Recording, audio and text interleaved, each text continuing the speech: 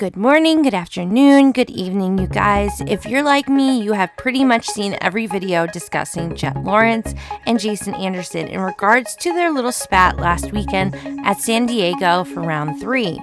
Looks like on social media, things have only heated up, with temperatures rising among discussions. Openly, some riders have shared their thoughts and experiences with and on Jett, with others like AC poking light fun, saying good for ratings. Gotta love him trying to break the ice into more of light banter and laughter rather than chiming in and hurting feelings. It's no secret that Jett is younger than most of the riders on the track. It is also not a surprise he may be more emotional and or cocky at times. Do you all remember when you were freshly 20? Sure, you thought you were mature, but then looking back, you know you weren't. El Hombre put it out there. He spilled the hot tea and let it steam for all to know, and to see the full picture that he was in the heat of the moment responding the way he did, but at the same time, he is not apologizing in response to Jett's statement because he has nothing to be sorry about.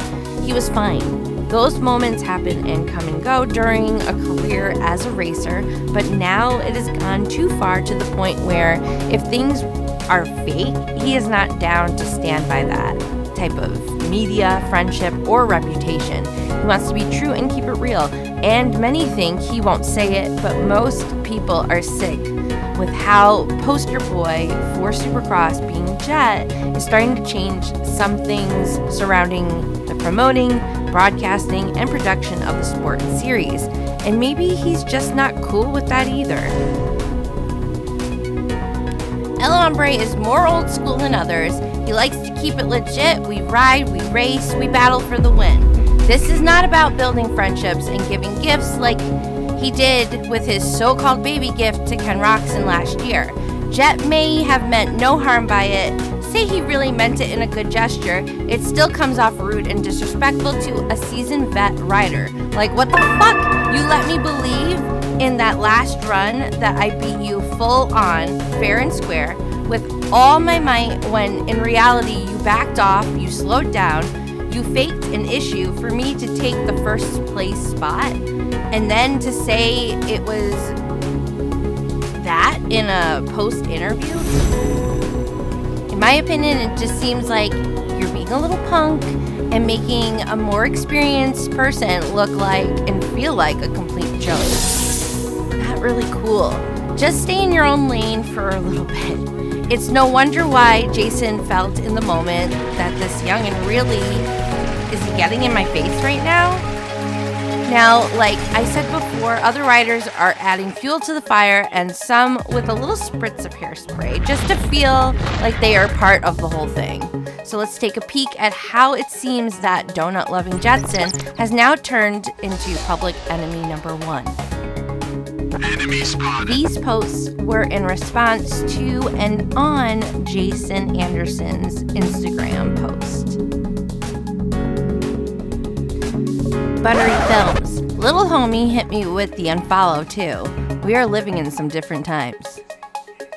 And then we had Ken Roczen responding with just laughter, which was a reply to Anderson also saying, "Don't stress, I won't unfollow you, Jett."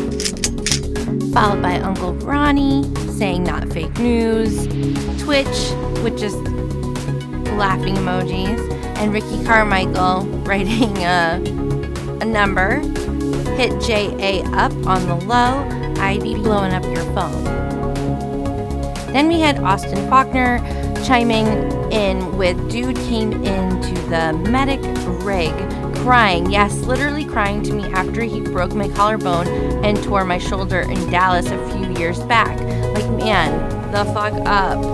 Move on. As a rider, someone grabs my helmet, then we're gonna be J-Law and Vilo at Hangtown. So a little grab on his helmet was respectable in that situation. Followed by the king himself, Jeremy McGrath, writing, keeping it real, stay consistent, El Hombre. And Uncle Ronnie again tagging Jeremy McGrath, saying, stay classy, San Diego, and Adam Cianciarulo making some laughter, saying, great for ratings. Plessinger was certainly grabbing all the headlines, but there was a story developing behind them as well, as Jett Lawrence was trying to climb through the pack and finally was able to get around Jason Anderson. But they were not too pleased with each other after the main event. And I think there's a little bit of different perspective. You know, Jett Lawrence has had so much success and believes he should be up front winning races. But a rider like Jason Anderson, he also believes he should be up front and doesn't want to get pushed around by a rider like Jett Lawrence, and certainly doesn't want to have any confrontation afterwards. So there's a little bit of tempers flaring. I think Jett Lawrence, there's a little bit of a learning moment. You know, he's still trying to find his way with these veteran riders, right? And they should be shown respect. So I was able to speak with Dazzy Lawrence and also Dan Fahey from Monster Energy Kawasaki to get their perspectives, and I think they're both in the same place. They felt like there was an overreaction on the racetrack. Both riders lost their cool, but all is forgiven now, and they're just ready to move on and move towards Anaheim too. So what seemed very tense and very tempestuous on the track has now calmed. Cooler heads have prevailed, and I think you're not going to see any sort of ramifications as we move into to Anaheim next week. Well, that seemed to age a little sour since these posts. But anyways, this weekend, and as of this video on the 26th, tomorrow, Supercross Saturday, is the beginning of Triple Crown. So we shall see how things go. And on Monday, there will be an all-new episode of Main Event Mondays. And we'll go over my fantasy picks that I had originally for the race.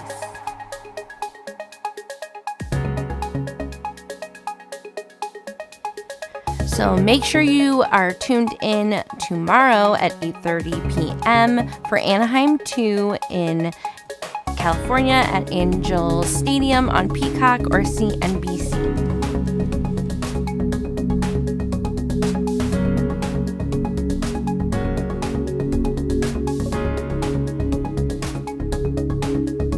And tell me what you think about this whole thing or what we may see tomorrow night in the comments down below. I'm Leenda, and that's For the Record, Your Honor.